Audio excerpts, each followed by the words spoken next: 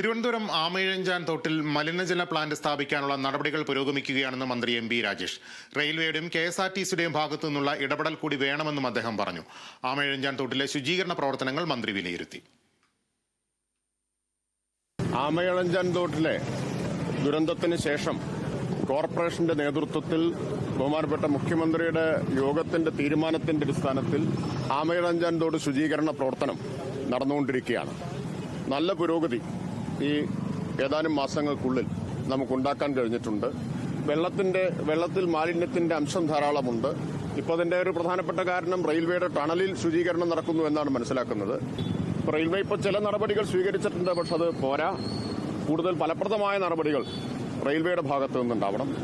KSRTCയുടെ ഭാഗത്തു നിന്ന് വളരെ കാര്യക്ഷമമായിട്ടുള്ള നടപടികൾ ഉണ്ടാവുന്നുണ്ട്. ഇപ്പോൾ അണ്ടർഗ്രൗണ്ട് STP വെക്കാനുള്ള നടപടികൾ ടെൻഡർ ചെയ്തു കഴിഞ്ഞിരിക്കുകയാണ്. ഇത് പൂർത്തിയാവുന്നതോടുകൂടി റെയിൽവേയുടെ ഭാഗത്തു നിന്നുള്ള നടപടികൾ പൂർത്തിയാവണം. KSRTCയുടേതും അതുപോലെ രാജാജി നഗറിലെ ഇപ്പോൾ നിർദ്ദേശിച്ചിട്ടുള്ള എല്ലാ പദ്ധതികളും പൂർത്തിയാവുന്നതോടുകൂടി ഇതിനേക്കാൾ വലിയ മാറ്റം ഈ ആമയിഴഞ്ചാൻ തോടിന്റെ കാര്യത്തിലുണ്ടാവും.